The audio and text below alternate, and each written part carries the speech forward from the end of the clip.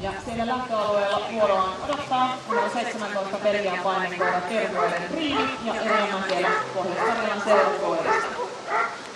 Tämä koira on tullut ihan vasta juuri kisaikään, eli on 2 päivää yli 1,5 vuoden, mikä on se nuorin sallittu ikä koiralla, jolloin agility-kilpailuissa virallisissa saa startata. Riinin jälkeen valmistautuvat 18 Reina-Matti, 19 Suki ja 20 Rosa.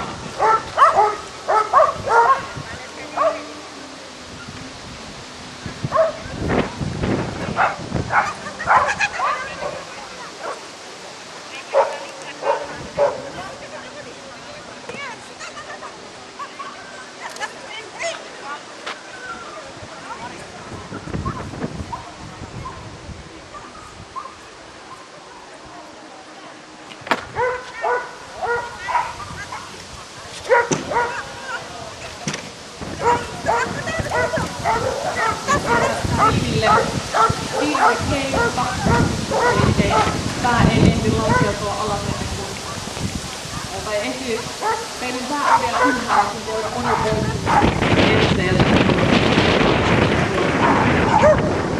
Eikä tästä tuloksesta siis 0-6.